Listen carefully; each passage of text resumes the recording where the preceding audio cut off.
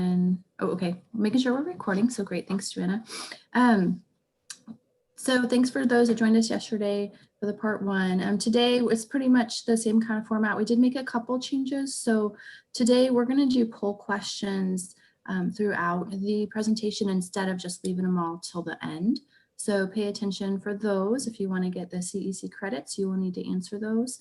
And we are also going to allow for questions after the end of each section today to try to make it a little more interactive.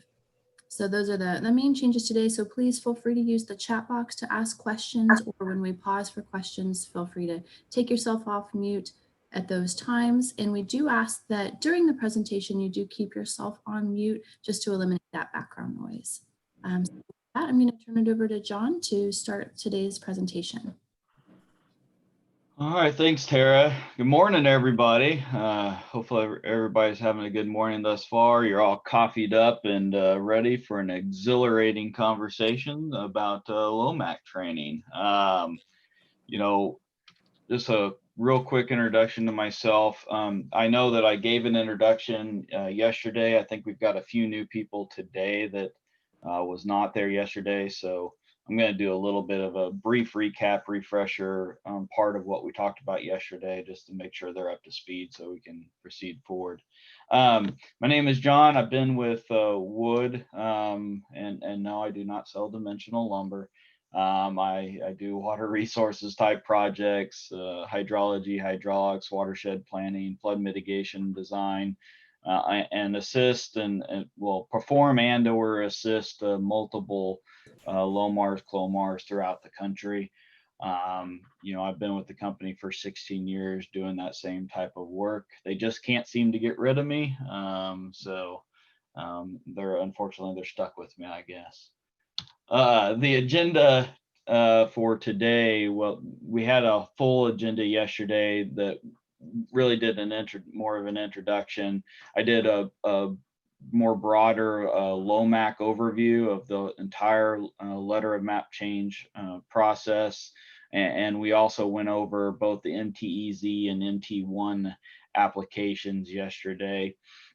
Today, we're going to focus primarily on the MT2 applications. And I'm going to start off with a brief refresher of the LOMAC overview, and then roll into the applications themselves. And then, maybe to make it a little more fun today, we're actually going to do a hypothetical exercise where we pick a spot, a client, and we try to develop something based off of that.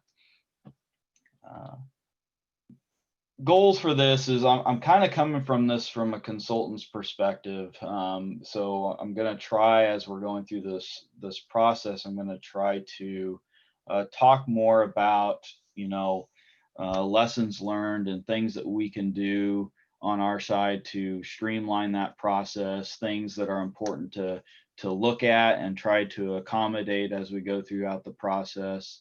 The whole workshop yesterday was focusing on the MT2 application. Today, my hope is that there's more understanding about the MT2 application itself instead of the MT1 from yesterday, and go through examples.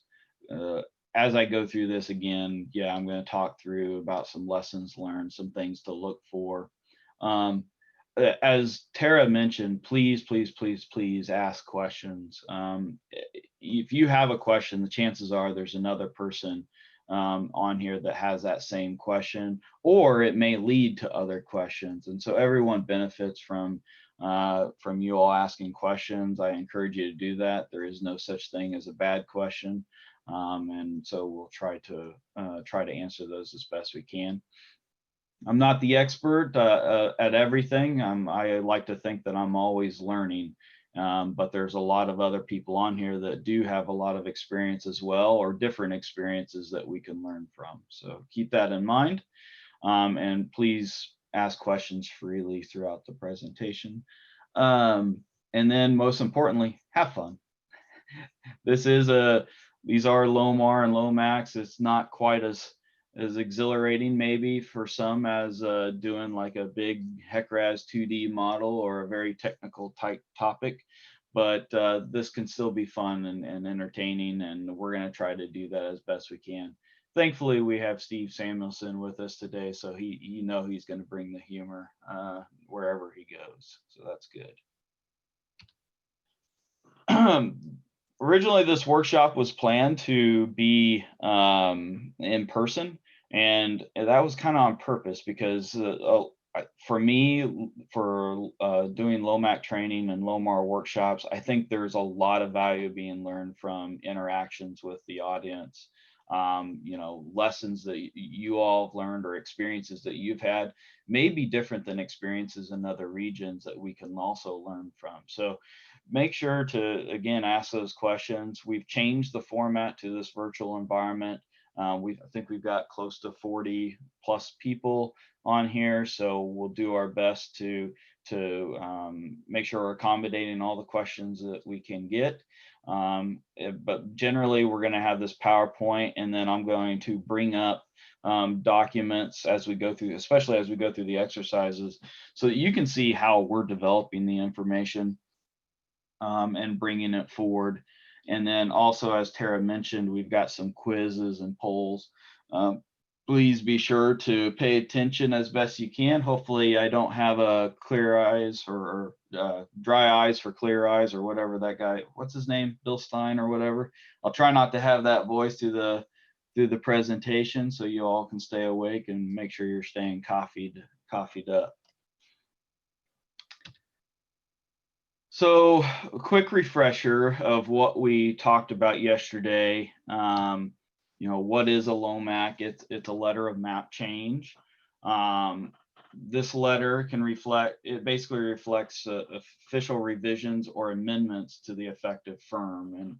And as that implies, it's usually classified under two different types: amendments, which they do not physically change the effective map, meaning they are only intended to inform and provide a letter of determination, but doesn't change the mapped elevations or boundaries.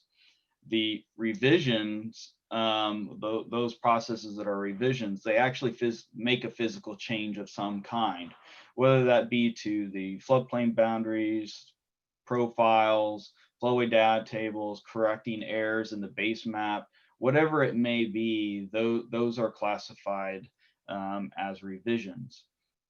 Today, because we're talking about the MT2 applications, we're going to be focusing on the revision aspect of the LOMAC process, or the LOMAC processes. Beginning with a LOMR, a letter of map revision. This is FEMA's modification to the effective firm or floodplain boundary map. The reason we would do this is because our environment and the areas around us are always changing. We're constantly developing. We're constantly trying to make our communities more resilient and sustainable. And when we do floodplain mapping projects, those are a snapshot in time.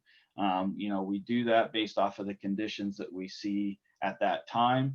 And so this is a process that we can go through to update and correct the maps with better information, newer information, or changing environments, whether that be fill in a floodplain, a new bridge, or a change to a bridge. Maybe you're adding a dam or a levee, or whatever that case may be.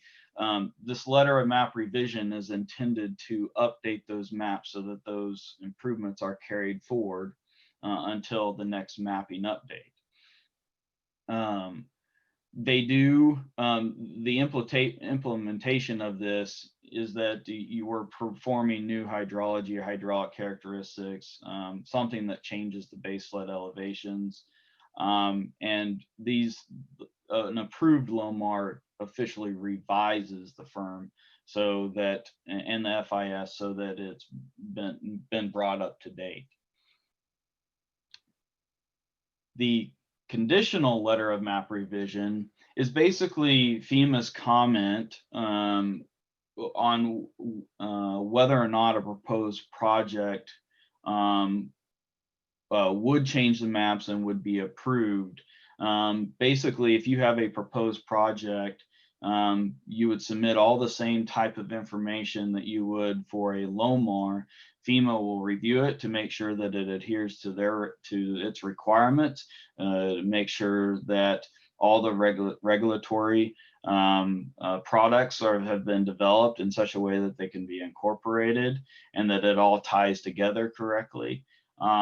But a CLOMAR, it does not revise the effective NFIP map. That would happen after construction. So you would submit the CLOMAR, get it approved to make sure what you're planning on doing would be acceptable from a regulatory standpoint.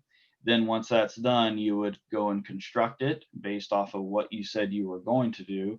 And then once the construction is complete, you would follow up with a LOMR to basically actually revise the effective study or effective mapping. As I mentioned before, there's a few different application types. There's the MTEZ application, which is applicable to LOMAs on natural grade. It is not applicable for LOMAs on fill unless that fill was grandfathered in before the study. The MT1 amendments would be applicable for a letter of map amendment or a LOMR-F, CLOMAR-F, which a LOMR-F is a letter of map revision based off of fill. So if you are placing fill that you intend on putting a structure on, then you would follow the MT1 amendment or form process. That's what we went over yesterday. Today, we're going to be talking about the MT2 revisions, which is applicable to the LOMR and CLOMAR application processes. There's also the physical map revision process. I'm not going to go over that during this workshop, but basically the physical map revision process is similar to a LOMR, only that it's at a much broader scale. So instead of, a shorter reach of a stream affecting a few properties, normally for like a LOMR, a PMR could affect counties. It could affect larger watershed groups and multiple property owners throughout the study. And so there's a slightly different process for that. And if you have more questions about a PMR and whether your situation fits into a LOMR or a PMR category, I would strongly encourage you to talk to Tara and Steve over at KDA to talk through that so you have a better understanding of those processes. A couple other things that I really wanted to touch on, I touched on yesterday, is what is a no-rise certification? There can be some confusion about what that is and how it's utilized. Basically, a no-rise certification is a report or documentation that basically has been certified by a professional engineer, coupled with a supporting H&H or hydrology and hydraulics modeling or data that basically attests that a project or activity will result in a 0.00 foot rise or therefore no rise in the 1% annual chance event, the 100-year event. This is important because it does change some of the requirements, and it's an important, especially if you're trying to do development in a floodway. A no-rise certification is required, or a floodplain impact study is another term that we kind of use in the industry to basically do that type of analysis to see what kind of impact the project or activity may have on the 100-year water surface elevation. Normally, if you are putting fill or an activity in a floodway, a CLOMAR is required.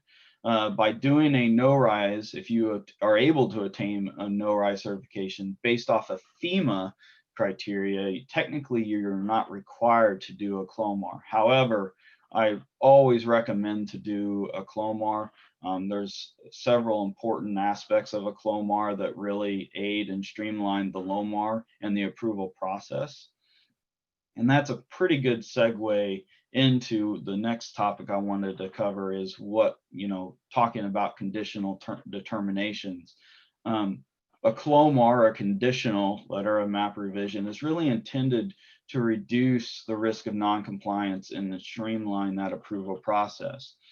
They want to review what is being planned to make sure that it conforms to FEMA's regulatory process. So there's less risk to the community and to the client to go out and perform activities within the floodplain or floodway area and ultimately and realize after those activities have been performed that they don't comply and all the issues that are associated with that. So we always recommend to our clients, even after we get a no-rise certification, we always recommend to still follow the conditional process, whether it be a CLOMA, CLOMR-F, or CLOMR, just to make sure that we're being compliant with FEMA's regulatory process. It provides an additional level of review, which is important.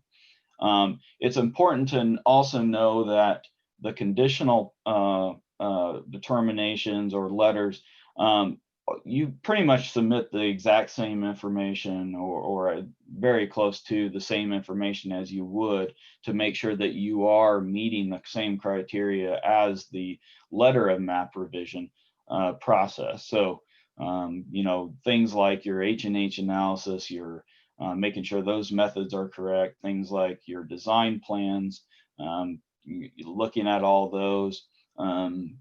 All that type of information is still important for the CLOMR so that they can perform a review and make a comment on the project. As I mentioned before, once you have an approved CLOMR and you've completed construction of the project, you would still need to file for a LOMR so that the effective floodplain would be revised. A CLOMR does not, as I mentioned before, does not revise the effective map. A LOMR would.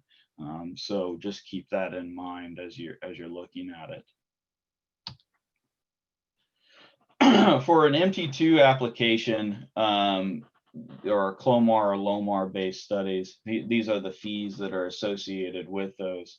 So if you're doing a CLOMR based off of a new hydrology or bridge, culvert, channel, or some combination thereof, if you file it through the online LOMAC system, which I talked about a little bit yesterday, you know, it might cost you $6,500 for that review. Once you've done or completed or have a comment from FEMA indicating that your project would meet the FEMA regulatory requirements, you construct it, you would then file a LOMR based off of those same conditions, which to file the LOMR would cost $8,000 for if you're just doing the, and actually that's a new, I thought those were different, but I guess a LOMR based off of the as-built of a follow-up is the same cost as just doing the LOMR itself. But again, there is a difference here, and even though the costs seem great, the cost of you going out and developing without having that CLOMR could be substantial. There could be fines, there could be, they could put your community floodplain status at risk. There's a lot of issues associated with it, so you want to make sure that you're following the right process. There is a free option there, LOMR based solely on the submission of more detailed data. Technically, if you find an error or some issue with the effective map, you can submit that and try to and state it as a free and not pay to fix the map if there truly is an error in the mapping process somewhere. And then finally, you'll notice that some of the activities actually have an hourly cost. So say a CLOMR or a LOMR based on a levee, berm, or other structural measures, there's a base fee, the $7,000, and then there's also an hourly fee of $60 an hour that's also being charged. And the reason for that is there are additional levels of information for say a levee or a dam type activity that requires additional review, coordination, and what have you. It can be a pretty it can be a pretty extensive amount of effort for the reviewer. So they want to make sure that they're covering their costs associated with that. The way that I typically do these, if I know that I'm dealing with like a levee or dam of some kind, or really any of these, is I usually try, from a consultant standpoint, I try to work those into the contract, so that so that I can file online, because it's a more streamlined process. So I'll usually put in an assumed amount of hours. So for instance, for the LOMR based off a levy, I'll include in the contract the $7,000 base fee, but then I'll say, well, I'm going to assume, based off of this project extent, blah, blah, blah, it's about 40 hours worth of reviewers' time. So basically that would be worked into the cost, and whatever's used would be a straight cost to the client, is how we would typically handle something like that.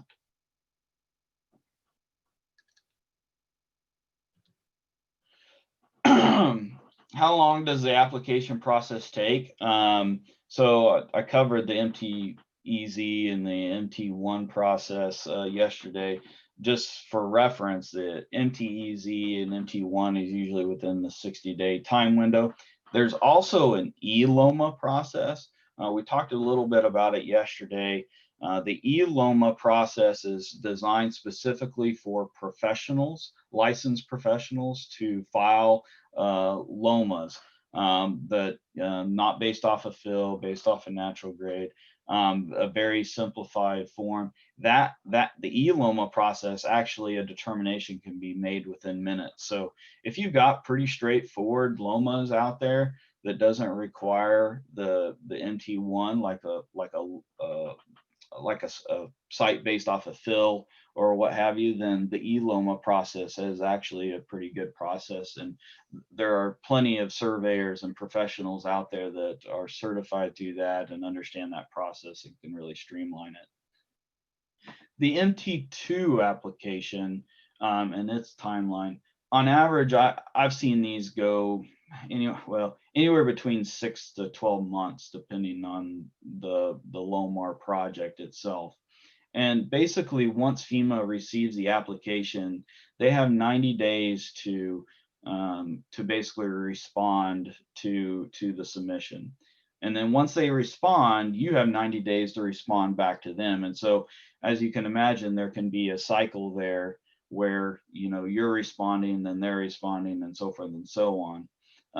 And then, of course, once you've gotten to final revision, there's an appeal and adoption period before that LOMR becomes effective, of about 4.5 months there. The one comment, it's actually one of my lessons learned at the end that I want to mention here, is don't wait. From a consultant or from a community perspective, as soon as you receive those comments, don't rely on the letters as your primary means of communication. Make sure that you're picking up the phone, you're calling them, you're doing we're going to talk about project narratives later on. Go through the project narrative with the reviewer once they're assigned, so that you can get them up to speed as quickly as possible. And don't wait the 90 days to respond. As soon as you get their letter back, put it together, get a phone call with them as quickly as you can, and respond back, so that it's fresh in your mind, it's fresh in their mind. It really speeds up the process. A lot of the issues, and this is a lesson learned for even myself when I first started doing these, is I counted on the letter writing exercise of, well, we received a letter from them, we'll write a response, send it back. And that's usually how CLOMARs and LOMARs get drug on for way too long, is because there is no immediate action to resolve those comments and address comments as you go through the process.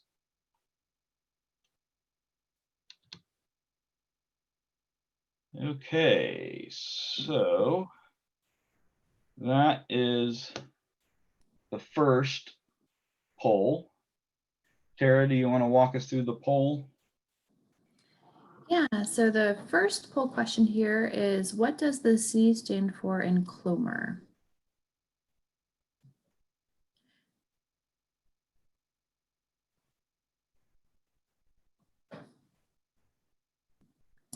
I did notice a question in the chat, John, about is the LOMR 6 to 12 months as well? LOMR. It can be, yeah. Yeah, because they're reviewing the same information as the LOMR. So you're providing the project narrative, and we're going to go over this, all the deliverables, but you're providing all that same information just as if it was a LOMR process. So if they have comments about your mapping, you'll have an opportunity to address those and resubmit those back. All right, it looks like most people have answered the poll question, so we could go ahead and end that here. If you haven't done it, let's see here. Maybe Joanna's helping me out today with the polls because I remember touching them. No, you're fine. I was going to give people a couple more seconds, but that's okay. So the C for in LOMR does stand for conditional. So it looks like all of you got that correct. I was trying to look through. I see Steve's question for $1, huh? Okay, fair enough.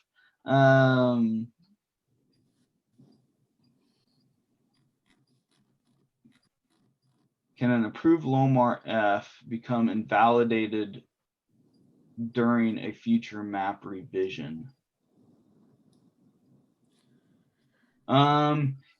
It can be, I believe is the correct answer there. But it would but as part of that review process, they would have to evaluate when that study was being done versus when the LOMR was approved. Generally, though, I can tell you from a consultant side, we review those pretty carefully, because if there's any valuable information, we want to make sure to try to incorporate all the best information we can in the mapping process for sure. I don't know if Tara or Steve wants to comment more on that.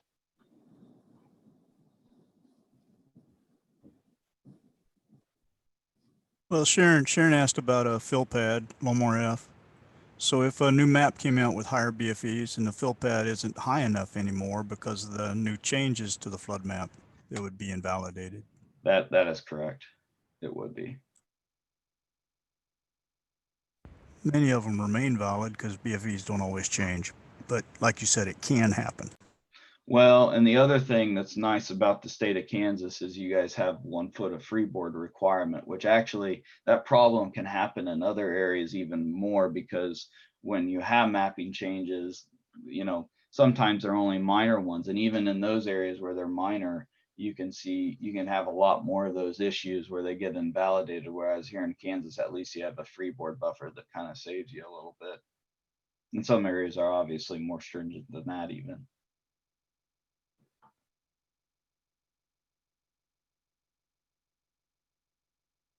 Are there any other questions for that first section? I think we answered all the ones on here.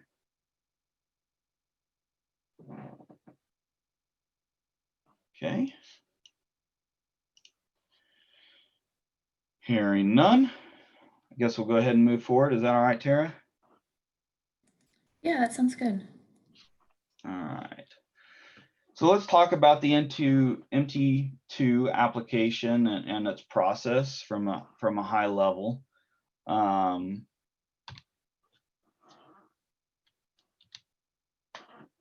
So the MT2 application process, as I mentioned before, are for revisions. They're applicable for the letter of map revision, or LOMR, and then the conditional letter of map revision as well. When you would use the MT2 application is when you have requests involving BFE changes. So you're performing some sort of activity or project that basically will be changing the BFEs. Any requests involving changes in a floodway boundary delineation would also require the MT2 application form process. Properties associated with alluvial fans, albeit I don't know. Have we, Steve, I guess this is a good question. Have we actually ever had anybody file for an alluvial fan within the state of Kansas? I know we've got flat areas out there, but No, we've never had that happen. yeah. Which the alluvial fans are kind of an interesting anomaly. I know I've ran across it in like Utah and some of those other states, but there's certainly areas in Kansas that act somewhat similarly. So Yeah, Colorado's got them. yeah, Colorado, of course, too. Requests involving property or structures elevated on fill in a floodway also require the MT2 application. And then finally, any requests involving high hazard coastal V zones would also require the MT2 application process.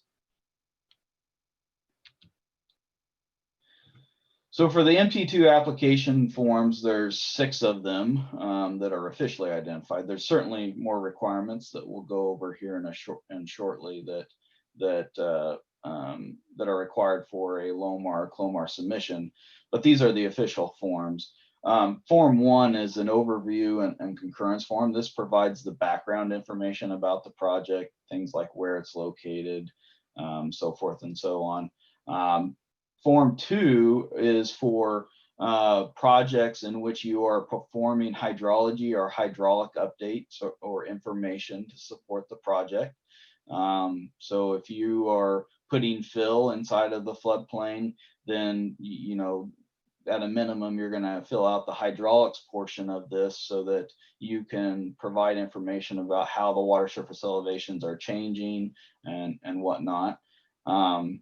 And then Form 3 is applicable for anything that's structure related within a riverine system. So like a, you know, if you're changing a bridge or culvert, a dam, levee, anything like that would be housed within that Form 3. And then you've got a couple coastal ones. I'm going to skip over those for now because I'm not aware of any coastal situations here in the state of Kansas. And then Form 6 is the alluvial fan flooding form. Again, I mentioned before, as Steve indicated, I'm not aware of any alluvial fan submissions in the state of Kansas. They're a little bit different anomaly in that, you know, alluvial fans are typically changing braided systems that come out of the mountainous areas, and their riverine paths are ever changing, where you have actual sediment transportation and movement of the features that causes the channel to change. There's probably some here in the state of Kansas that would argue we may have areas that are similar to that in the way they act.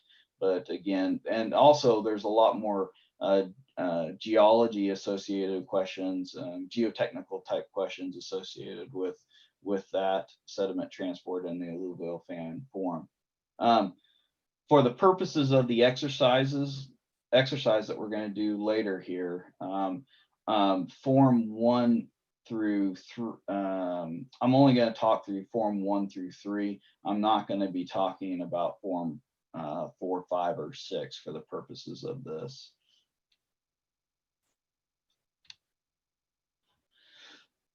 So what documents are required when submitting a LOMR or CLOMR? These are all the basic compliance documentation that's required.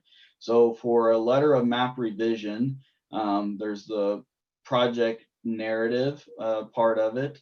You have to do an overview and concurrence form. And then if applicable, which usually the riverine hydrology and hydraulics form is applicable in pretty much every scenario I've ever had. That's one form you have to fill out. The riverine structures form, all those 6 forms that we talked about. There's also a certified topographic map. And the certified topographic map basically depicts the contours, the floodplain mapping information, and certified by a professional engineer.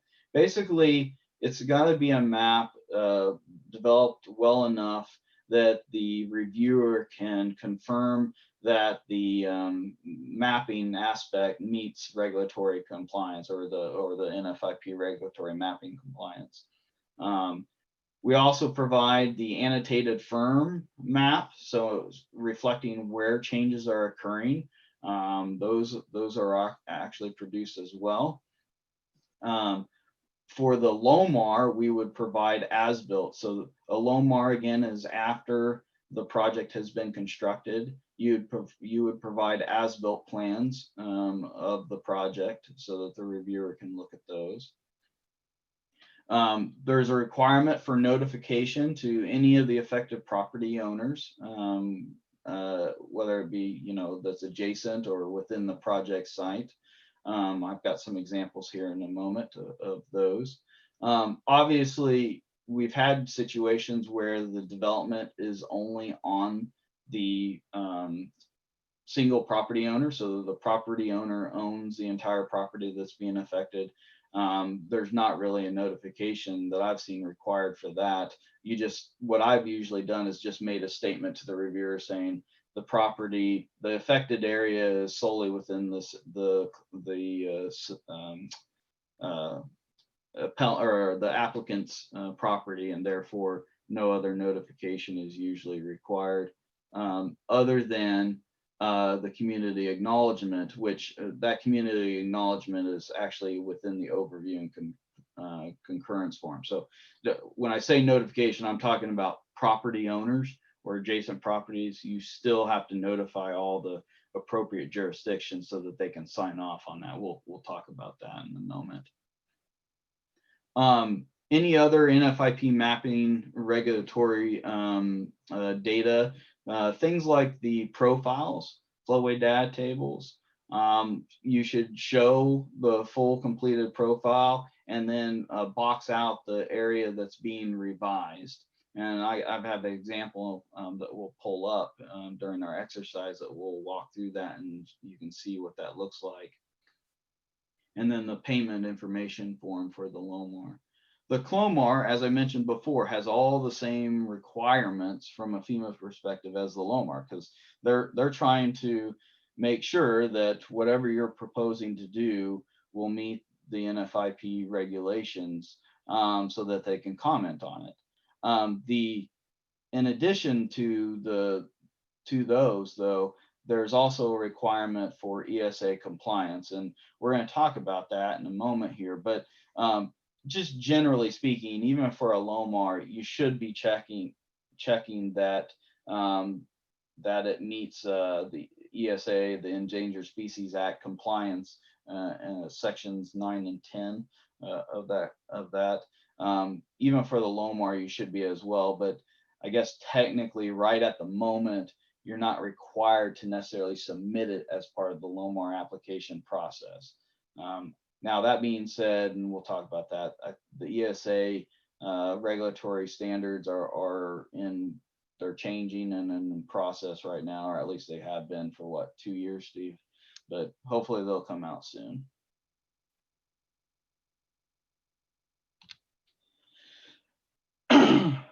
So a couple things that I wanted to kind of talk through related to the application process is first the project narrative. One of the lessons learned that I've seen is not having a good project narrative can actually hinder the review process.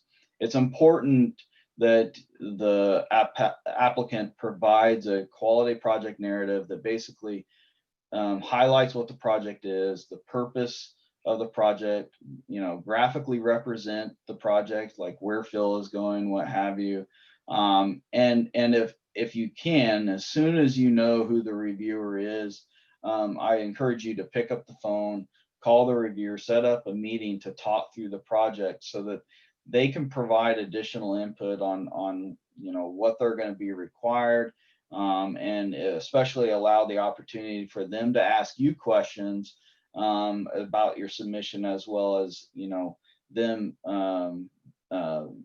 you asking them questions and them asking you questions. So make sure to discuss the basis of the methods that were used. If there's something particular, like you had to use a special method to handle some aspect of it, make sure to call that out and discuss that with the reviewer. All these activities are, again, intended to streamline the review process, make them aware of what's going on so that it makes it easier for them to provide a quality review. the ESA compliance is a part of what we do as well. You know, we talked about this yesterday actually, but in the past, and in several other regions, we had just submitted a letter to the U.S. Fish and Wildlife that describes the project. We provide them plan sets. I'm going to actually walk through this IPAC project planning tool on the U.S. Fish and Wildlife website there. But essentially, with the combination of those things and getting letters back from those entities, whether that be the U.S. Fish and Wildlife, the Corps, if you have like wetland type things, getting those permits in order, that's the type of documentation that you would need to provide for ESA compliance. And of course, it varies depending on your project site. So if you got wetlands, it's a whole nother matter as opposed to just an ag field out in the middle of nowhere somewhere. So new guidance is underway. Steve, I don't know, I didn't directly ask you this yesterday, but have we heard of any update on when that new guidance may be rolled out or changing? No, FEMA has lawsuits going against them in about 6 states over endangered species. And they had created a guidance document around about a year ago, November. And the judge in one of those lawsuits said, no, that's not good enough. So now I'm afraid we're going to have to wait until the lawsuits are settled before FEMA does put out guidance. But what I expect the guidance to say is that nothing is FEMA's fault and it's all the community's responsibility. So I hope the community people out there that are listening hear that loud and clear and start getting comfortable with how to check for endangered species. Yeah. Okay. So the other thing I wanted to cover was notification compliance. So if you've got large areas that are affecting multiple properties, I'm sorry, this one's for the individual. So if you have an individual public notice, then you can just send out letters or information to the property owners, letting them know of the change. Specifically, like if you have a floodway change, that definitely requires a notification to them, letting them know what's going on. And these examples here, this one here is actually for newspaper articles that we've used in the past. Pretty straightforward and simple to edit. And then the second one is for the actual letter to the property owners. Both of these have been pretty well received. These come directly from the guidance by FEMA.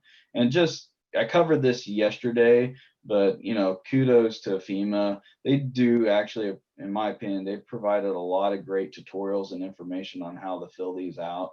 There's a lot of information out there. And also you can call them directly and to get access to that. So just keep that in mind. I covered that more yesterday, but I wanted to mention that here as well. One question that Steve brought up is, getting credit for the notification. So whenever you submit LOMR or CLOMR, you're required to provide proof that notification was given. So in the past, what I've typically done is we usually had a newspaper article that went out. And so we would actually provide the newspaper article and when it was sent out. And then also for property owners, I would provide copies of the letters that were sent, as well as in the past, what I've done is just certified mailings that basically now provide the receipt of that certified mailing showing that that letter was sent to that individual. Also, they require, and usually they usually require is a letter from the community that basically states that notification has been given to the property owners. And in the past, we've usually just had communities develop on a letterhead, a letter that states essentially that, and then they have it notarized. Interestingly enough, Steve sent me, and I don't know, Steve, if you want to comment on it, I can try to pull up your affidavit, but there's also an affidavit template that I guess has worked as well. I've actually never used it though on any of the sites that I've done. We used that affidavit document in McPherson County a few years ago, and the reviewer accepted it just fine. If anybody wants to see it, just send me an email. I'll forward it to them. Yeah. All right.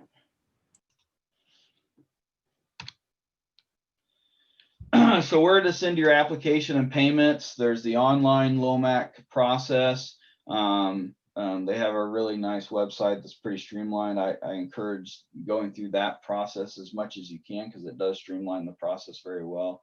And then, you know, for state of Kansas anyways, basically we would mail if you're going to do a mail in and especially large data sets or what have you, you mail it to that address there.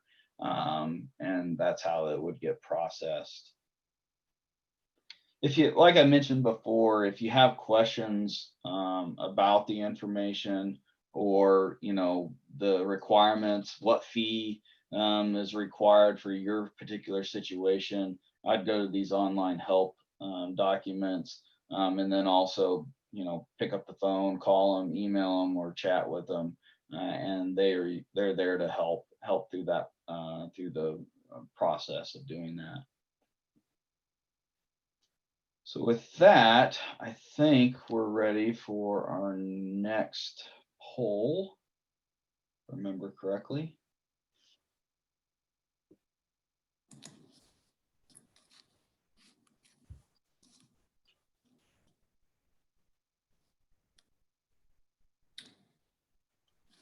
So if you were, oh, I'm sorry.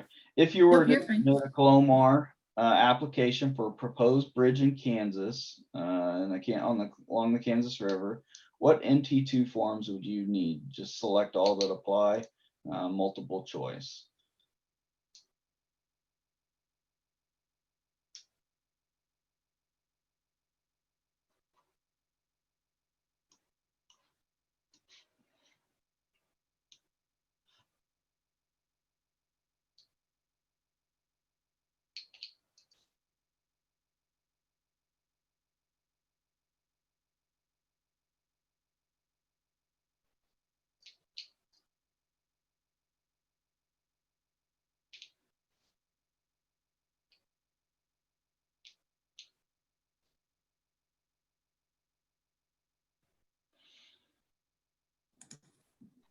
All right, I'll give it just a few more seconds here. So if you haven't answered the poll question, please do so. It's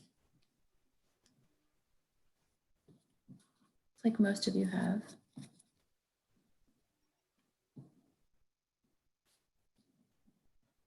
Okay, I'll go ahead and end the poll and share the results.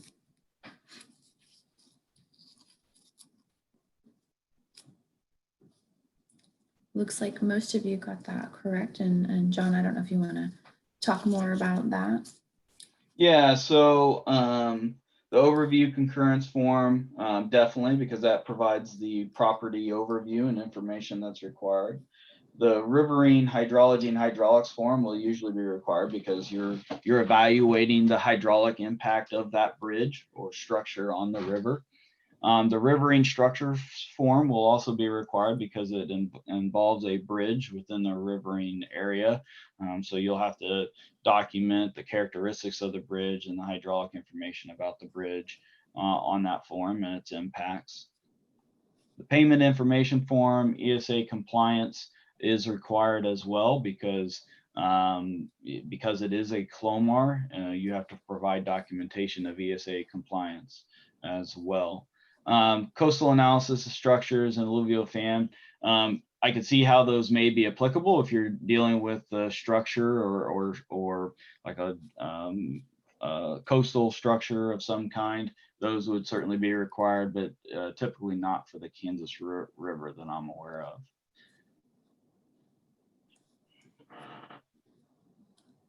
Okay, what kind of questions do we have after that section? Any questions? I'm not seeing any in the chat, but we can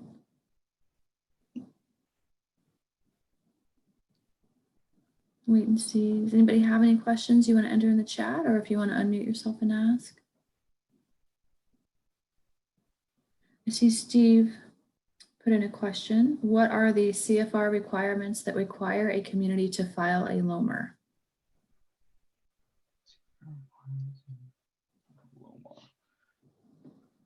So I think I went over the activities that would be required. What other things are you specifically wanting to highlight, Steve? All right, so I guess I'll send myself $1. So in the Code of Federal Regulations in like 4460.3, this is the section where it has the ordinance language that communities are required to adopt. And in there, it says that you can't issue a variance in a floodway and that you have to have no rise in a floodway. So if you cause a rise, then you have to file a LOMR. So that's where it's in many communities regulations that they are required to be involved in a LOMR when they hit that situation. The other requirement is it's in like 60.3A, but I forget the subsection. There's a part in there that says you will notify FEMA and adjacent communities of any alterations or changes to the stream channel. Again, that's a LOMR. The notification to FEMA can't be on a simple little greeting card that says, "Dear FEMA, we altered the stream channel." You have to file this document, this LOMR. Yeah. Okay. So communities are required by their own regulations to see to it that LOMRs get filed. Right. And I'm just bringing it up because what can I tell you? There have been a few people, nobody on this call today, that have been involved in situations where something existed and it needed a LOMR and never got one.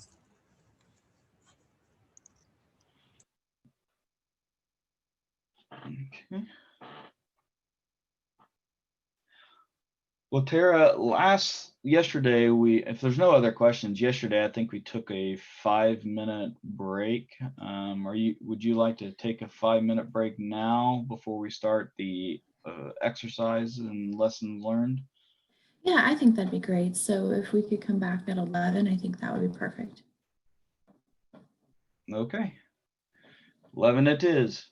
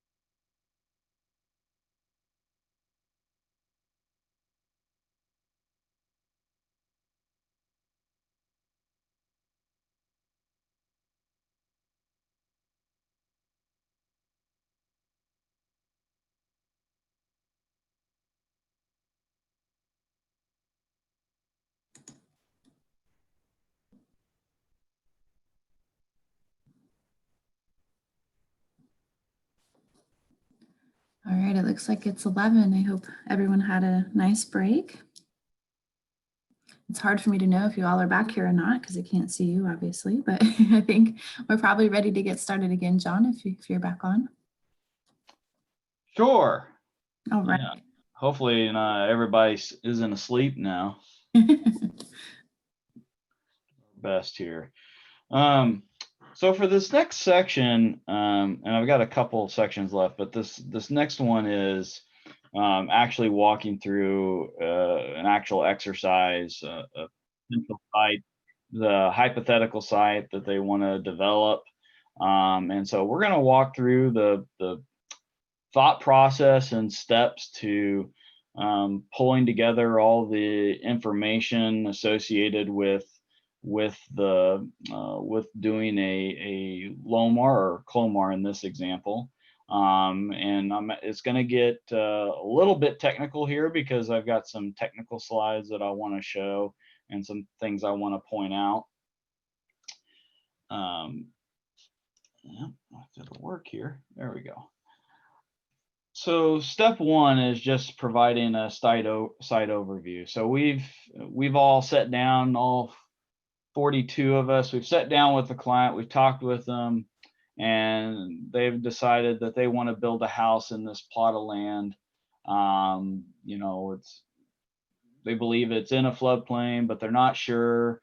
They don't plan on putting a basement in the home. They just want to put out a pad and put a nice structure out there that's outside the floodplain, and they won't have to buy flood insurance for it. And it just so happens that this site is in a watershed designated by the community as a volume sensitive watershed. That means that they are required to provide compensatory storage for their site. And that's generally all we know right at this point. So the first thing that we would want to do is understand where this is. And I've got two images up here. One's of an aerial image, and then the other is the LiDAR, which is the topography.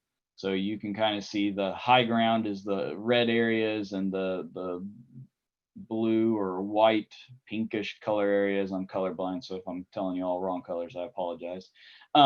Those areas are the low areas, so you can kind of see where the channel is. You can kind of see where an existing pond might be, and that the ground generally slopes to the north, west there, back to the channel. And then from a land use standpoint, it's primarily agricultural type areas. It's got some terracing in it, and so forth and so on. So the first thing that I always do is I want to understand what kind of flood zone that we're in. And so I'm going to actually pull up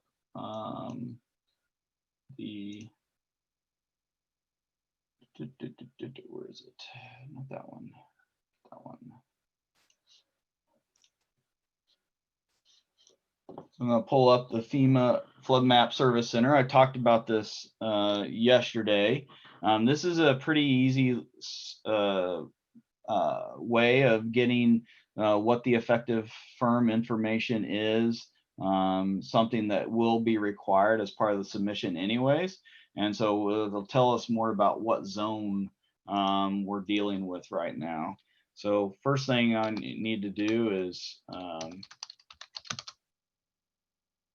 get the location. This is a ag field. It currently doesn't have really an address, so we've got to find some way of depicting its lat and long information. So let me pull that up. So right here is our site. Let me put that in there. Oh, did it go away? Come back here. There we go. Right down here, you'll see that they've got the decimal degrees. You can actually copy and paste this information over if you don't have an address. And of course, it's backwards on this website, so you got to do it this way. Search.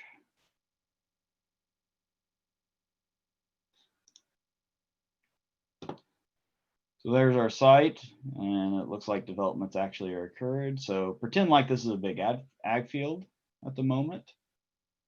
We'll go ahead and print the firm map.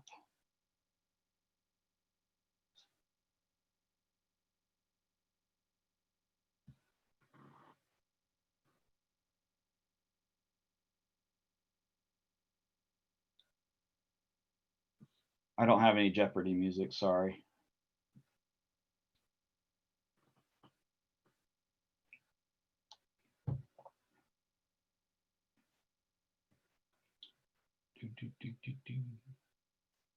Man, computer's being slow today. Out there. Okay, so there's our site. We can see that based off of the legend, this is in a floodway. So the development could be potentially putting fill inside of a floodway. You can kind of see what the BFE elevations are. It's along Cowskin Creek as the primary flood source. And then there's some other key information on here as well. So the community ID, we'll talk about that in a minute. There's the panel and all the information we need for it, as well as its effective date. So all that information there is going to be useful on the forms.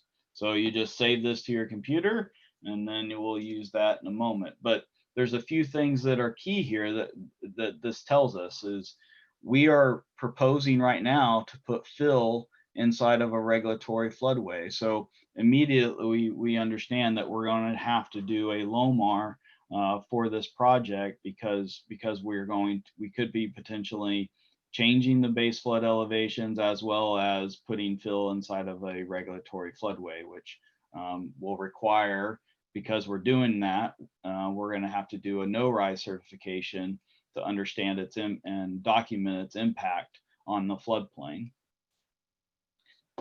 So if I come back over to our PowerPoint, so that was just a snippet from the Fermet that I've saved to the computer. The next thing that I like to do is do a quick ESA evaluation. I like to do this as early as possible so that we can try to navigate any obstacles associated with development in an area.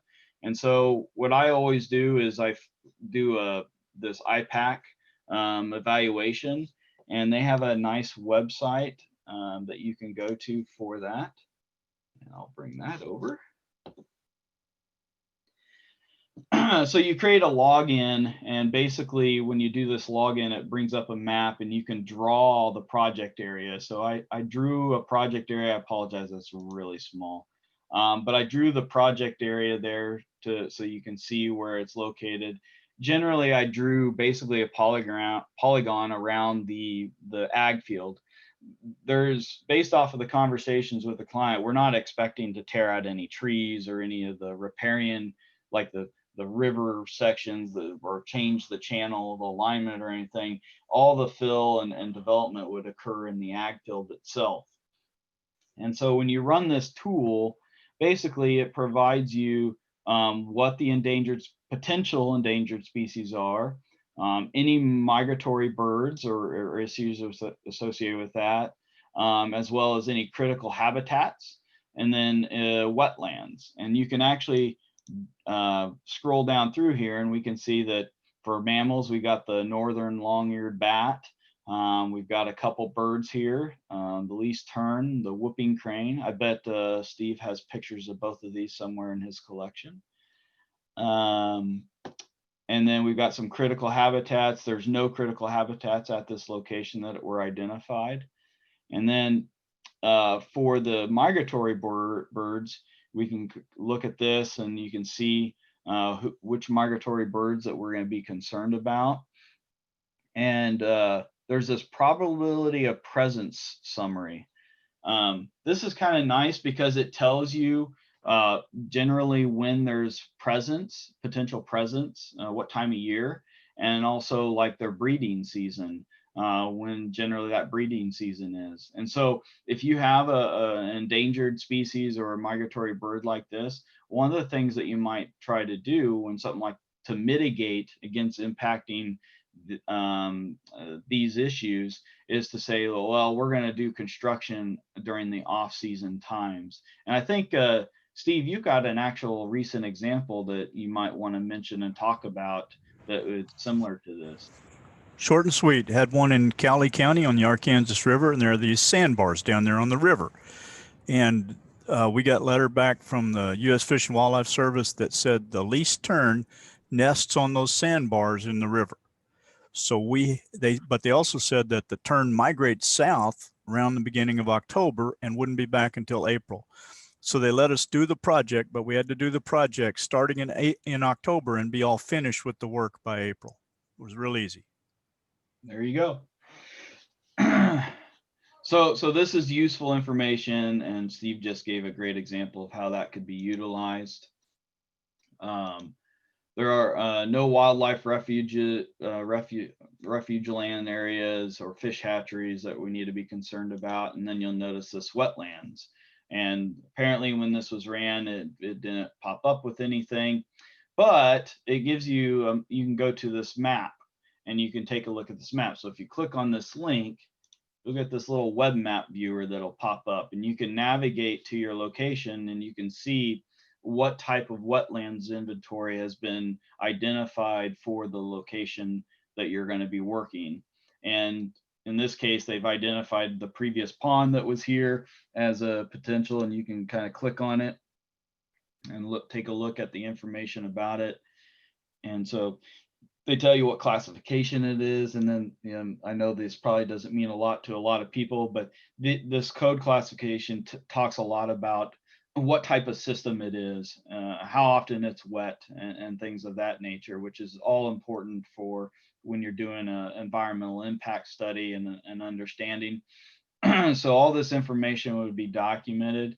And in this case, this is a pond next to a river. So what I would do, this isn't evidence that you're complying with ESA. This is just information to inform it. What I would do at this point is I would contact the local jurisdiction to make sure that they're not aware of any wetland issues. And then as well as the Corps, just pick up the phone and talk to them and see if there's any issues with this. The one thing I want to mention briefly is that the navigable waters protection rule, that was released. Was it released? I think it was published in April and it went effective in June of this year. Steve may correct me if I'm wrong on that. But they're currently redefining what the definition of the navigable waters are, and therefore the jurisdiction of the Corps is currently in question, and they're kind of going through that process. Steve, I don't know if you want to mention anything more than that about that, but I thought that would be important to mention now. Yeah, it used to be the term was waters of the United States. It used to apply to navigable streams. They took the word navigable off of that. When they did, that greatly expanded the definition. And then we got backlash over the expanded definition. So now they're pulling it back.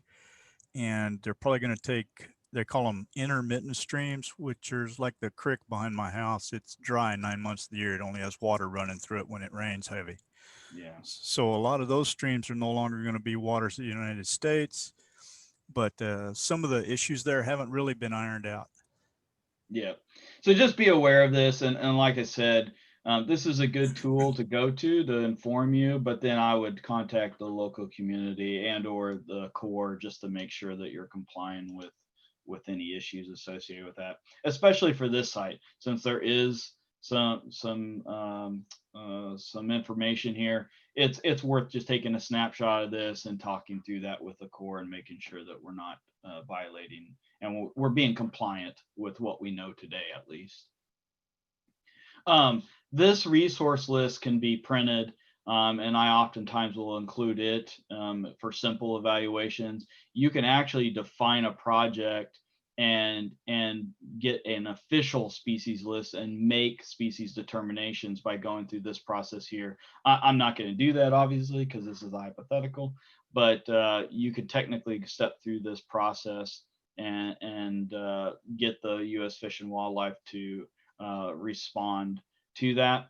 And I also, as I mentioned before, I always send a letter to them as well. And I provide this information as well as any basic narrative information that I can provide associated with the project.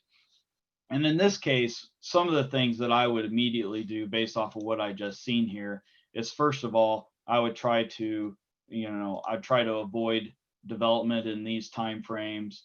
And then also I would talk about in the letter the fact that this is on the development would be limited to the agricultural areas, and therefore we would reduce the risk of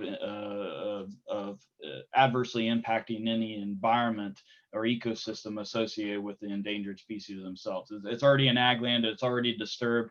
We're just going to disturb it, no different than the agricultural practices in theory.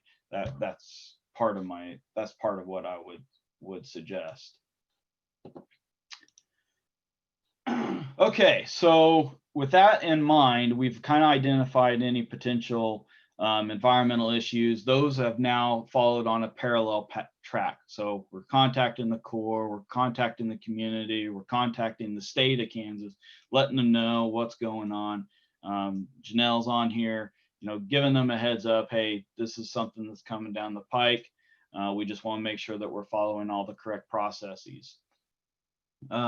At that point, it turns to technical. So now we're trying to identify, can we get a no-rise? This is fill within a floodway. We need to perform a floodplain impact study and determine whether a no-rise certification can be accomplished. So the first thing that we do is we go and we grab that current effective model. In this case, it's already a digital model. We have readily access to it. So it's pretty straight and simple. We've got a 1D unsteady model that was produced for this area. So we just go and grab it to start from. But if this is a zone A or an area where there is no great model available, then we have to create a duplicate effective model. We have to basically create a model that reflects as best we can the conditions of the study that's effective. So if you have a AE, you've got to get to a model that pretty closely mimics what that AE currently is. If it's a zone A that has no elevations, it has no model to speak of, it was done back in the 60s or whatever, then you're going to have to produce a model based off of best available information so that you have something to compare back to. That becomes your duplicate effective model. In this case, we have a current effective model. It's readily available. The digital data is available. We just downloaded the model and brought it to our house to start looking at. When flood risk studies are done, they're usually done pretty well to where they accommodate and appropriately map flood risk across larger areas or in this case detailed areas, because we're in a zone AE area.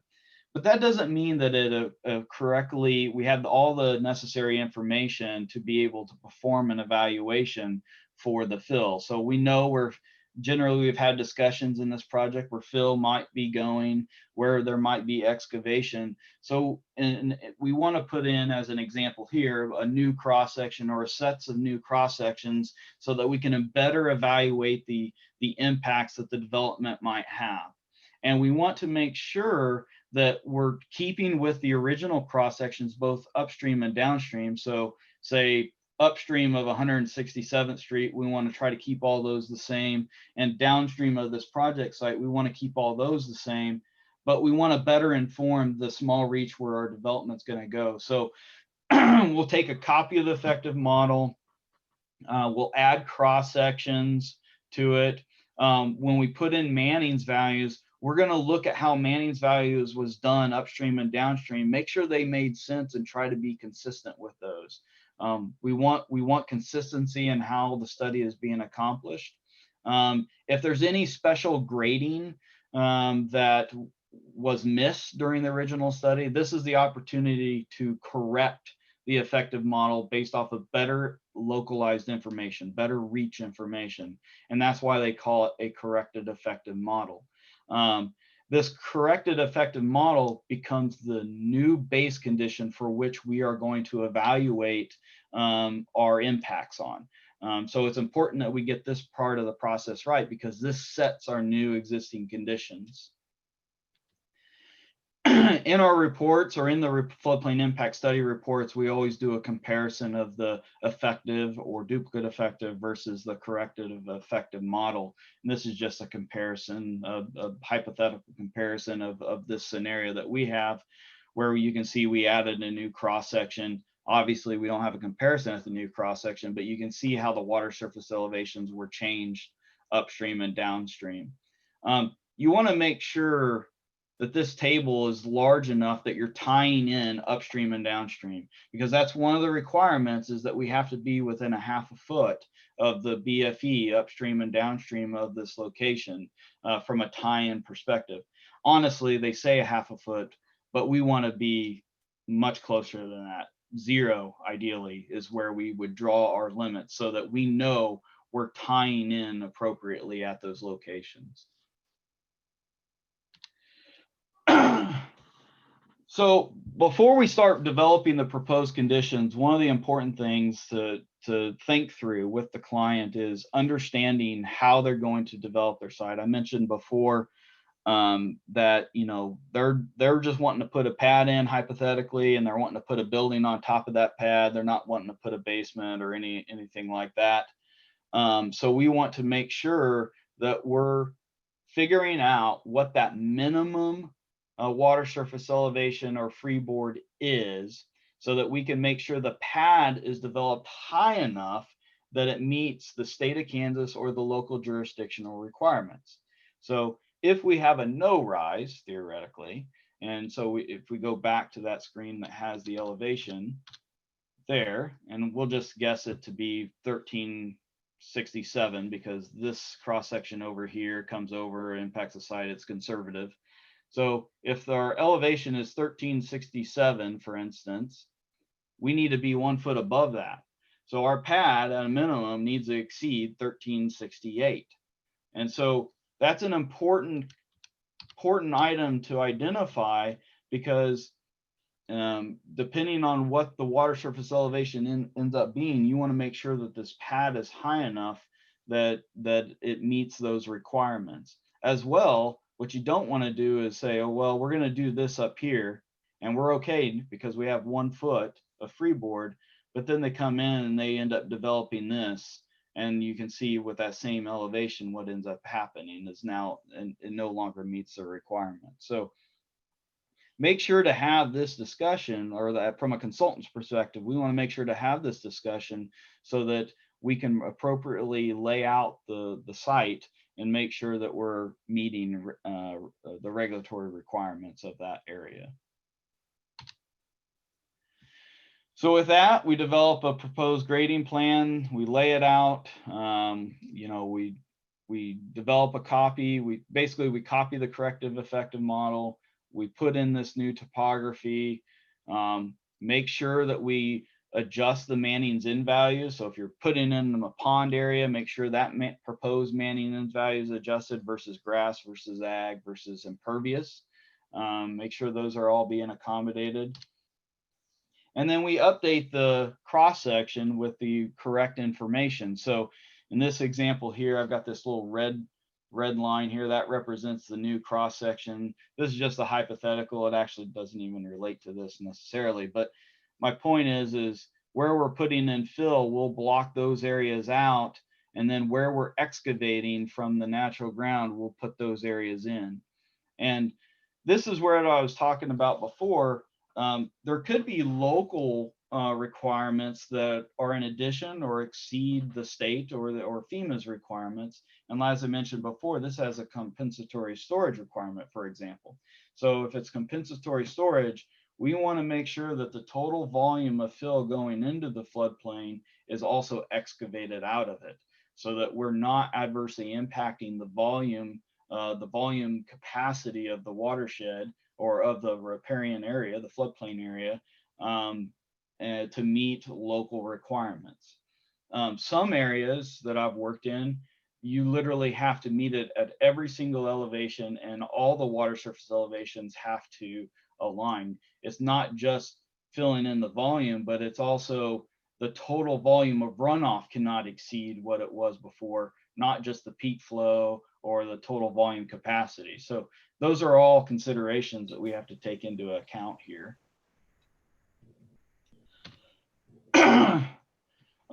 Once we have the proposed conditions model created, we then compare the results back to the corrected effective model to see if we've met a no-rise condition.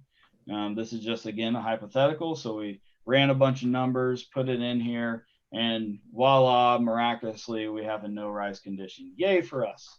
You know, sometimes this usually doesn't work off of first brush. So, you know, a lot of times we'll have to go back in there, remove some fill, add some more storage or detention areas into the model so that we can actually obtain that no-rise condition. Almost never do we ever get a no-rise condition met off of the first time. The other thing is because we met a no-rise condition now, then I know that as long as we build that pad exceeding what we had said before, that will meet the regulatory requirement for that elevation pad. But let's say that you did have a rise and we were going to be changing elevations that requires a LOMR. You'd want to recheck those minimum water surface elevations and freeboard assumptions to make sure that your pad is developed at a height that's appropriate, that still meets the regulatory requirements. So you'd have to go back to step 6 to check that, basically. So with that being said, then it's application time. So we're gonna, you know, this is a project, a structure being elevated on fill within a regulatory floodway. So a LOMR F is not applicable. We need to do a LOMR or CLOMR. Because we have a no rise, technically speaking, we would not have to do a CLOMR. We could just do a LOMR. Obviously, our recommendation is always do the CLOMR. I mean, just it's good peace of mind. It provides to make sure that you're in compliance from a regulatory standpoint. It provides that additional level of review. I'll be the first to tell you that as a consultant, a lot of our clients, they look at those numbers of the cost, and sometimes they choose to go the risk route of not doing the CLOMR. So just be aware of that. But hopefully, if they have a consultant or a client, if you have a client, hopefully they're communicating with you regardless, so at least you're aware of it before they get too far down the road. I mean, you're still got building permits they have to go through and what have you. So you're at, hopefully as a community, you're being informed of these changes ahead of time. So for this site particularly, we need to identify all the required deliverables for it. So for this site, we're going to do a CLOMR because this client is conscientious and they want to make sure that we're going through that process. So we're going to provide a project narrative. We're going to complete the overview and concurrence form. We're going to do the riverine and hydraulics form because we have new hydraulics that needs to be looked at. There's no structures for this. We're not putting in any levees, dams, culverts, or anything like that. So we don't have to do that form. And obviously the coastal ones and the little fans not going to be applicable. We'll need to make sure to develop the certified topographic map and the annotated firm map. So if we're changing the floodway delineation, how it's mapped, we want to make sure that we develop a map associated with that, along with all the NFIP regulatory requirements. Even though the elevation of the 100-year isn't changing, you could be affecting the lower frequency events, so the 10-year or the 25-year. You are changing the floodway delineation part, so you'd want to get those remapped and changed associatively. With a CLOMR, you don't have to submit the as-built plans because it hasn't been built yet, but you would want to submit the design plans. The latest, greatest design plans. Usually we'll develop design plans and then we'll put like a preliminary stamp on it or not for construction stamp or something like that, so that the reviewer can see that we're far enough along that it's something they can review. As far as notification, this site, we're going to assume that it is impacting those neighbors to the north. If I go back to our, oh, not that one, which one? Right there. So we've got this one up here. Technically, if we do this, hopefully this floodway boundary up here isn't actually changing. We're only changing this one down here. So if that's the case, hopefully we're only changing the property owners. But let's say we were changing this up here, we would want to make sure to notify them of the change and what that change is. The good news is it's not a water surface elevation change. Hopefully the floodway boundary and everything else isn't changing. It shouldn't be in this case, but you would definitely want to make sure to check that and make sure that that notification is being done.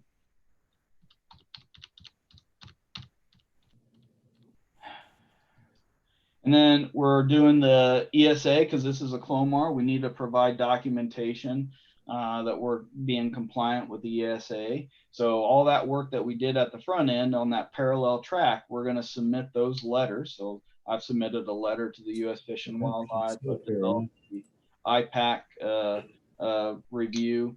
So we'll provide all that information as part of this, and then as well the payment information form. Because this is a LOMR, that means we are going to have to pay, excuse me. So this is a LOMR based off a new hydrology, blah, blah, blah, or other. So we're going to file online. So it'll be $6,500 fee for this application.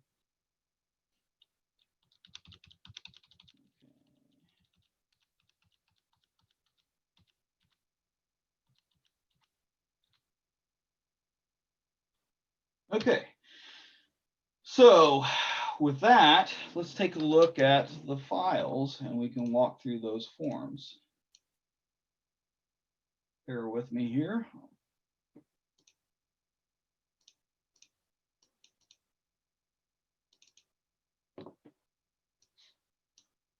So this is just a simplified hypothetical I put together for this example here.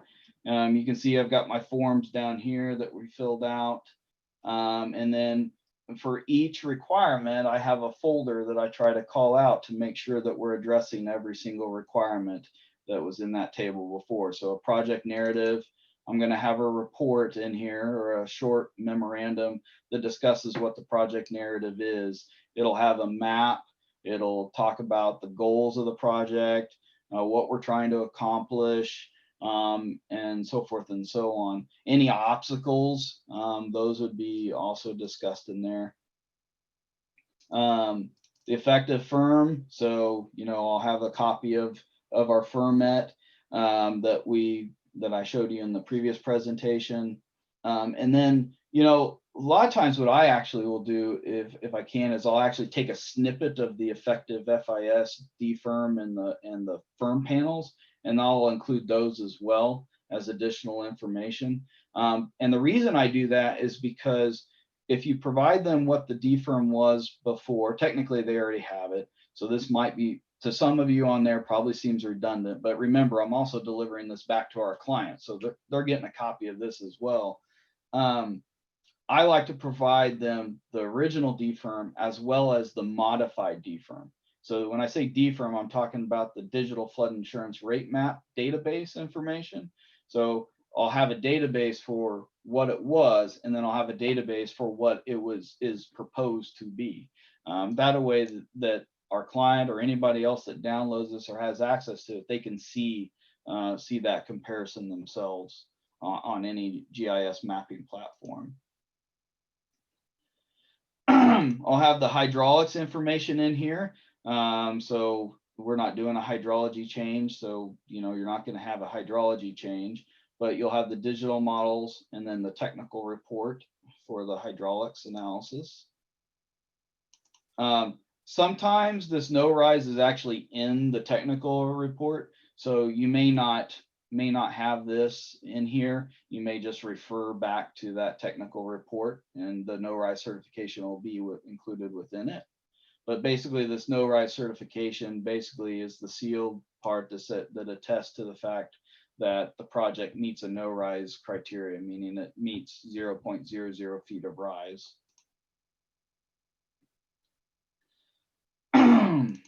So any proposed regulatory data, so the annotated firm maps, the DFIRM database, flowway data table, and one thing I wanted to show is just this isn't obviously this area, but I wanted to show an example of how we might do that.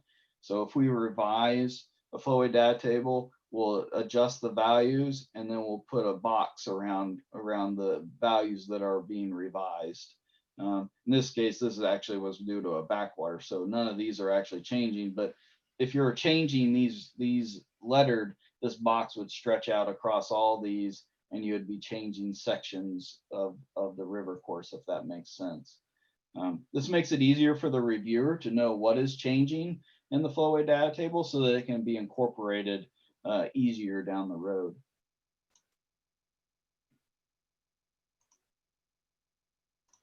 And we do the same thing for profiles. So if I just pull up a profile example here, and by the way, we do these in RAS. We did these in, like, this example is done in RASplot. So, oh, and of course I grabbed one that didn't have one, but technically you would have a revised block as well that showed the area that you're revising of the profile. And of course I grabbed one where we didn't revise anything. So you're welcome.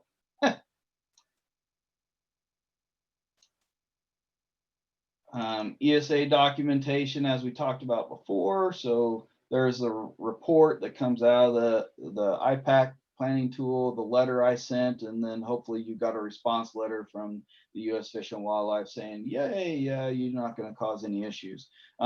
Forewarned on this ESA, Steve, and I don't know if you want to talk about a specific example. I guess you said that they actually were not allowing these response letters anymore as documentation of ESA, even though they're but you told me you turned some in and they did go through, so I don't know what to tell you. Yeah, so we're still waiting on the guidance. Yeah, exactly.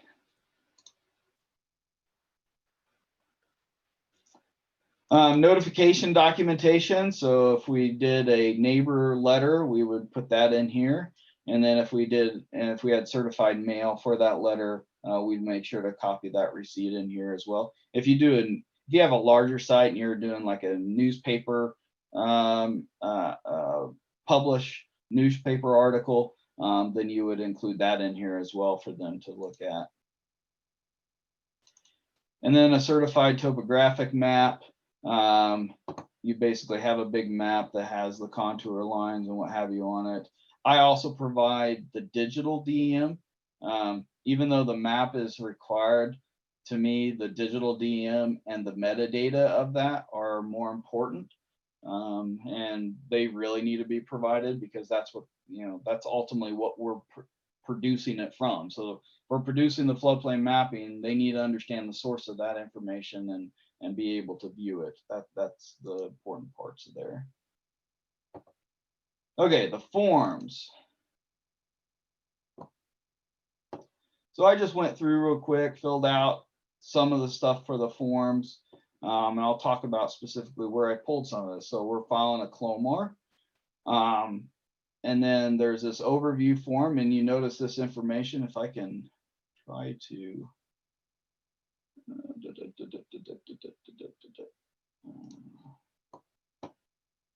So there's the fermet for that location. So the community number right there, the community name right there, and then state of Kansas, and then the map panel number, or the map number, panel number, and effective date. That actually can be derived from right here. So you can actually see that this is affecting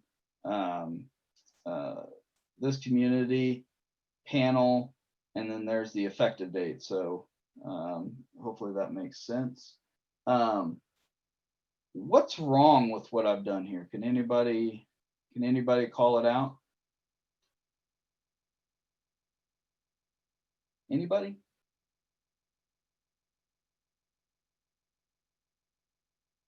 Come on, Steve, you can see what I've done wrong here. What am I missing?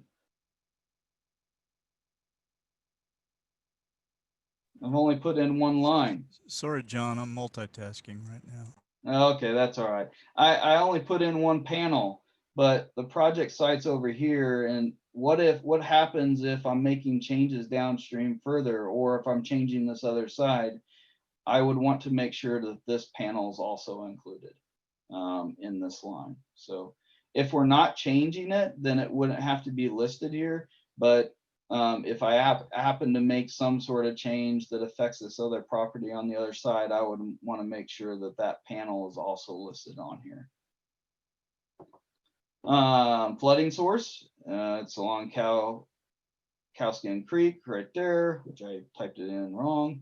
Riverine is what we're working with. We're not doing any of these others.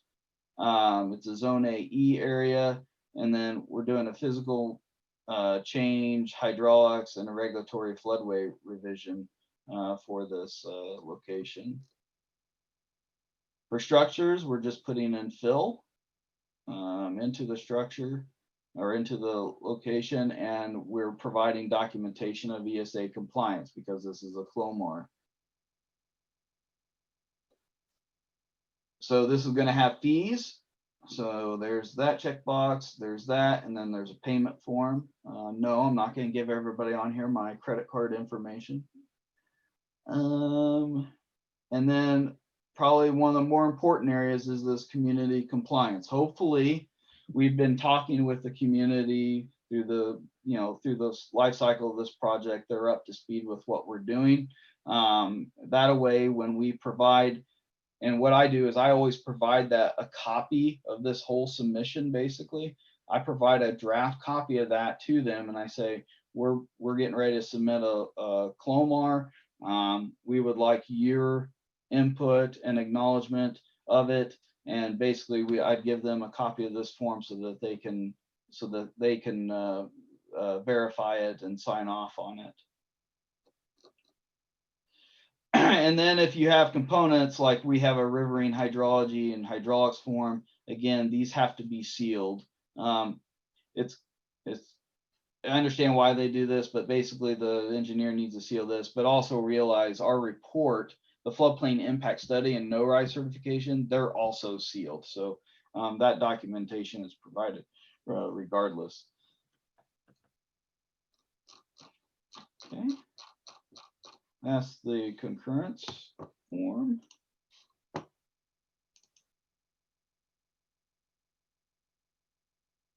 Open up riverine hydro. Oop, that one.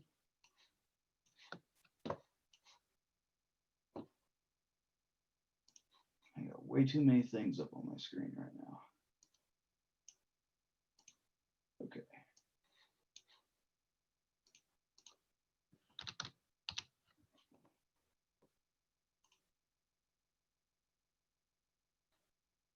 Okay. So this should be Cowskin Creek. Hydrology section. We're not revising the hydrology, so we would check box this if we're not planning on changing the hydrology. The one thing and this is from those technical minded folks, this is actually an unsteady state model. So because it's an unsteady state model, we would want to check to see if we are changing the FIS depicted flows to make sure, because in an unsteady, just for those that aren't familiar, steady state models, we define what the flow rates are, and we have to manually change those ourselves. But in an unsteady model, flow can change at every single cross section. The question is what flows were documented in the FIS? And so if we're doing a study like this, and because of the actions that we're taking, it's changing the flow rate, even though the water surface elevation doesn't change for whatever reason, the flow rate does somehow. We would want to check to make sure that those items in the FIS have not been impacted. If they have, then we will want to checkbox this so that those are reviewed and clarified. Typically, you know, this was for like if you're doing a brand new HMS model, or you're changing a rainfall runoff model that was previously established that's then going into hydraulics. That's what this was originally for. But there is a chance that because we're changing the flow rates, we may want to actually check box this and have new proposed conditions, for example, for this location. Hydraulics, so reach to revise. So this is where I define our tie-in points. So if we've done the appropriate, like we've identified where we're tying in correctly, theoretically there should be no change at those tie-in locations. And in this case, it's a no rise. So actually the 1/10 of a foot, we're not even changing the elevations even there. At least anything that's going to be noted or visible on the profile or flow data table or anything. So just be aware of that. For the modeling, this is where we put in our file names so that it helps the reviewer navigate our complex modeling formats. Typically, what we try to do is we'll have a separate model for each one. So you'll have a duplicate effective model. This is actually the effective model. You'll have the corrected effective model, which is the one that we created. And then you'd have the pre-project model as well in here. And then the post-project. Those would all be documented as applicable. And then you would check box that those digital models are submitted, just like what I showed in that file format before. Mapping requirement. So this is where we talk about what topography that we're using. We always provide the digital mapping for them so that they can review it. And then I provide where I got it from. For those that are not familiar, if you go to the Kansas Data Access and Support Center, I just pulled out an example. Let's say it came from the LIDAR 2009. You can actually go to the metadata and get a lot of this information here. So if you scroll down through here, you can see what the accuracy standards were, both horizontal and vertical accuracy. That's where those are being provided from, as well as the date of the information right here. So these are the collection and ending dates of the data set. And so I just basically pull all that information over and provide that onto this mapping information right here. And then I checkbox that an annotated firm and or flood boundary floodway map has been provided, which again, I showed you in the file format where that was. So last thing, just kind of check through. Last thing I do is just kind of check through and make sure that we've caught everything that we need to catch. We've got the project narrative, the overview concurrence form, the riverine forms. We've got a certified topographic man, an annotated firm. We've got the design plans for our LOMR. We're not going to affect anybody, so I think I put it in here as an example. But if you're not affecting that other side, then you don't have to notify them, obviously. NFIP mapping regulatory requirements, check. ESA and the payment information form, all check. So that is that. And I think we're ready for our last poll. So if you can still see the screen while the poll comes up, I've got a brand new home that I would like to get the lowest adjacent grade elevation for this new home. Which location do you think depicts the most appropriate location to get the lowest adjacent grade? Is it A, at the bottom of this little retaining wall where the pad is? Is it B, at the ground where the structure is? Or is it C, the top of the stairs there where it connects to the house? By the way, just for everybody that's doing this, I was even confused when I first saw this picture from Steve. Steve, thank you for the picture.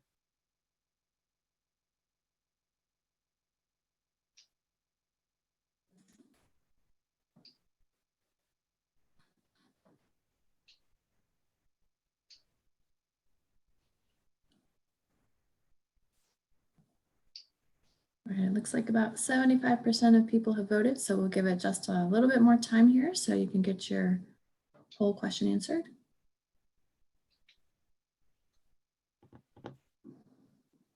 And then I'm going to let Steve give the background on this one and the correct answer, because to be honest with you, I think I got it wrong the first time when I first looked at it.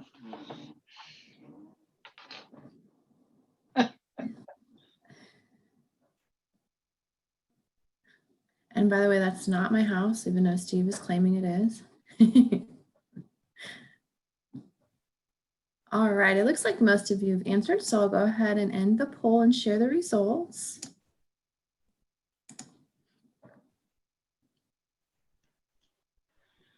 All right, so we got 68% at A, we got 26% at B, and then 6% at C. All right, Steve, you're up.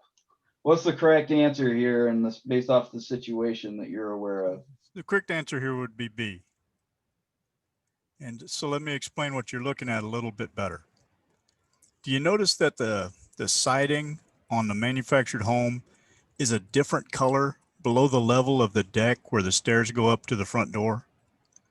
So that discolored looking stuff, that's the skirting around it. So this is a manufactured home with skirting around it. If you pulled the skirting away, you'd see that the manufactured home is actually sitting on posts made out of cinder blocks, just the way they pretty much do with manufactured homes and mobile home parks everywhere. So it doesn't actually have a foundation. It's actually sitting on posts. So the fact that the skirting is resting on top of that cement retaining wall doesn't really mean anything. The cement retaining wall isn't part of the foundation. So this is really just a fill pad like John was describing in his tutorial there, with a retaining wall on 2.5 sides of it. So the retaining wall is not part of the foundation. The building sits on top of an artificial hill that has a retaining wall around it. So the lowest adjacent grade next to the structure would be the dirt there at B at the top of the pad. And since this is sloped, I might have gone with those little steps that are way over by the edge, but then we wouldn't have had room to put our letter in there before it went off the edge of the picture. So we gave you the next best right answer. And it is confusing, but when you get out in the field, you're going to find a lot of confusing ones. Neil, Tara, when did you move? I did not hear. Very funny. Neil, I agree with you. Neil made a comment that this is a trick question, and he's absolutely right. It is a trick question, Neil. We deliberately decided to ask a trick question because we thought it might generate some discussion. Yeah. And don't worry, if you got it wrong, that won't impact your CEC credits. They'll still be issued if you answered it. So it was a trick question, I feel like. So I guess with that, you know, before we get to the final questions, I had a few lessons learned I just want to quickly go over, you know, for these MT2 applications. One, really important, provide that project narrative and background data. I think that's really important to streamline the approval process. You know, encourage, as I said before, verbal and virtual communications to discuss the project and the comments. Don't wait for those 90 days to respond, and don't get into a letter writing exercise. Pick up the phone, call the person, have a conversation about the issue, and try to work through any comments that have come up to make sure that we're meeting those. And I didn't write it there, but just have early communications with your community, with the state, to make sure that, you know, if you have questions, make sure you're contacting them.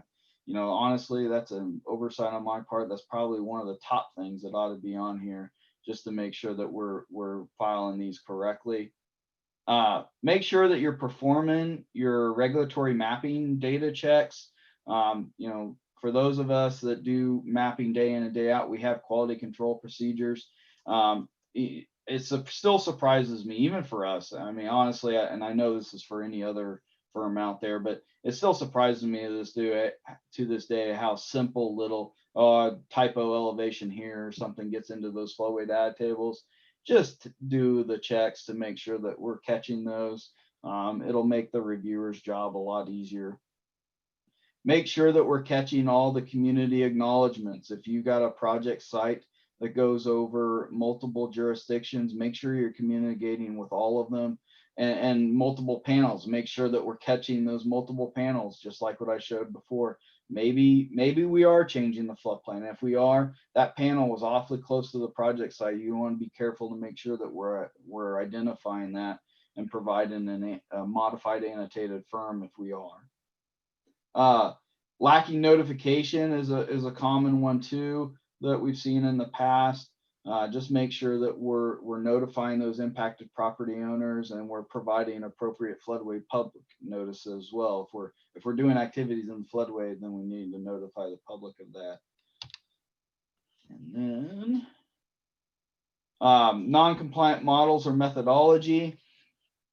Just make sure that we're using the correct methodology. If this is like a no-rise or a floodplain impact study, if you're using the same methodology that was proved before, then you have a good chance it'll be okay. But if you have questions, call FEMA, call them up, look at the approved list, and just make sure you're following appropriate methods that would be approved by them. Check your vertical datum conversions. Whenever we're doing these elevations, it's still, I mean, to this day, I still see stuff that comes through that I'm reviewing where they thought they were in NAVD 88, but they were actually using NVGD 29, and so they're comparing apples and oranges. Make sure that you're using the appropriate vertical datum and that you're properly developing the conversions for those forms. Provide sufficient backup data. Make sure that the work map is got all the critical stuff on it. The forms, the MT2 instruction forms, actually have what they're looking for on that. Again, if you have a question, just talk to the reviewer. They can walk through that with you. Make sure the floodplains tie into the effective floodplains upstream and downstream. And the other thing is just make sure you're properly meeting that no-rise certification. Again, good peace of mind, do the LOMR, do the CLOMR before you do the LOMR. Don't go in there and put in a bunch of fill in, all of a sudden to realize that there was a mistake made or there was some sort of issue. We don't want developments going in that are non-compliant. As early as we can identify that, the better off the community and the client overall is, for sure. So with that, I think we got a couple minutes for questions, if we got any. Yeah, and I know I saw a couple in the chat. So one of them was for the LOMR. Do you need to have the as-built with that before filing the LOMR, or can you file the as-built with the LOMR? So with the CLOMR, you want to provide the design plans. It's not really meant, it's not as-built, it's just the design plans. And as I mentioned before, good practice I do is we'll put our seal on it that says not for construction or preliminary or something like that. But it should be a pretty good idea of what you're planning on developing, and the reason is because they're going to evaluate it based off of those plan sets. If you come back and you make changes between the time that they commented to the time that FEMA commented on your CLOMR to the time that it's actually built, if you change something, then that CLOMR, it makes the review process that much more difficult, because now you have to redo your, like in this case, your no-rise certification and all your other information. You have to make sure that's all up to date, and they have to re-review it all. And it just makes that job a lot harder. So make sure you have good, solid design plans that you feel won't be changed before you would submit that CLOMR is my recommendation. Okay, thanks, John. So I know we're running a little on time here. There was a couple other questions. One from Suzanne that was a three-part question. It says, do some communities require CLOMRs regardless of no-rise certification? Does that make sense for a local agency putting the politics of development aside? And could you discuss what would be the con for doing this from your viewpoint? That's a great question.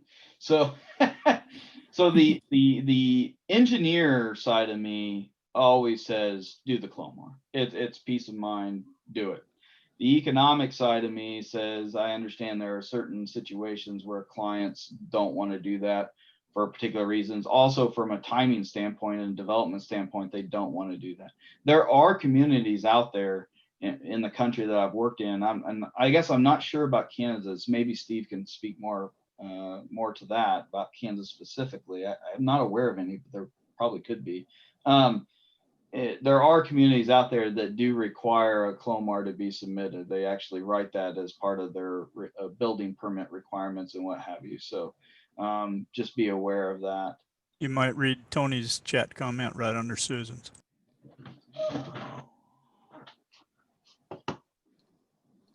Let's see, Tony Myers just talked about the fact that in his community, they do require LOMRs a lot of the time. Oh, there you go. Yep. Okay, so let's see. And I know we're just over time here, so we could stay on a little bit longer and answer some of the additional questions, or if you need to go, that's understandable as well. We will post the presentation slides as well as the recording on our website. So there's a couple other questions. So there's one about the timeline again. So if there is a completed LOMR, what is the timeline for a LOMR after construction and as built? It's generally that same timeline. Although if you filed a LOMR, the chances are that you would, and you built it according to that LOMR, you're probably going to expedite that timeline quite substantially. So you would have the 90-day time period, and then the appeal or adoption period, the 4.5 months. So it would be substantially shorter than if you had a bunch of back and forth on the review comments. Okay, and then I see Logan Mills has about 6 different questions in the chat there. The first one being, doesn't DWR do their own environmental review when a permit is submitted to them? I'll answer that. We Yeah, do. Janelle, go for it. We do. However, there are state agencies, not federal agencies. FEMA requires review by federal agencies.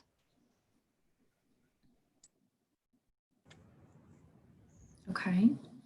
And then the second part is correct to say to submit for DWR permit first, then LOMR F after? I'll go for that one too. So my understanding of a LOMR F is you are certifying something has already been built. A LOMR is conditional. A letter of map revision is after. So I would say you should submit a DWR permit first before you apply for a LOMR F. But with that said, it kind of depends on the type of situation. I think John has done an excellent job showing you that for a lot, it could be one way, and for a subdivision, it could be another way. Great. And then how far off can an original model be from corrective effective model? So upstream and downstream, it should match, right? Hopefully we're not changing anything upstream and downstream based off of that corrective effective model. Now, within the reach that were being edited, technically it could be off by a little bit, although I hope that our mapping project was accurate enough that it doesn't vary by more than a half a foot off of it. I'm trying to think if we've ever had a scenario where it varied by more than a half a foot and required further review and incorporation. And I'm not thinking of one that I've had recently like that. If anybody has an example, I would love to hear about it though.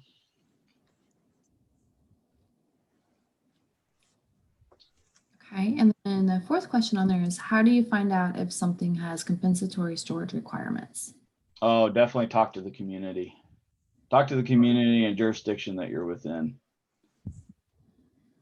And then where do you find the MT2 form? Oh, great question. That can be found on the FEMA website. Did I not include?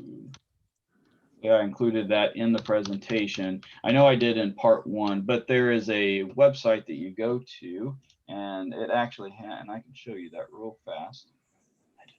You can do a Google or Bing search, usually takes you to it pretty quick.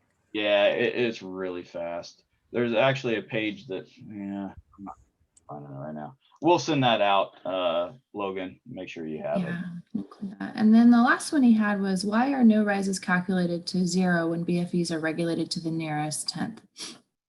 Great question. So for a long time, actually, I know people were rounding those to the nearest 10th, and those were actually being accepted as no rise certifications. I've seen several of those a long time ago that were done that way. But recently, they have definitely, the reviewers have definitely nailed down on that 0.00 feet as opposed to rounding to the nearest 10th. And part of that is because as technology has gotten better, you know, our data precision has also gotten better as we move to our digital environment. And I think that is one reason for that. Even though I'm an engineer, I love being technical about things, but I can tell you right now that there isn't a single model out there that's accurate to the 100th of a foot. I'll acknowledge that right now, Logan, but that is the regulatory requirement that we're held to. So just be aware of that. Okay, great, thank you. And there was one question about the certificates. I'm hopefully going to get those sent out by the end of next week. Is my goal before the Christmas break. So, and I know we're over time, so I appreciate everybody being on this training today and yesterday for some of you. I hope that you've learned some things. I know I've learned some things as well, and we will be in touch with the follow-up email with the link to the recording and the slides. So anybody else have any other questions before we go?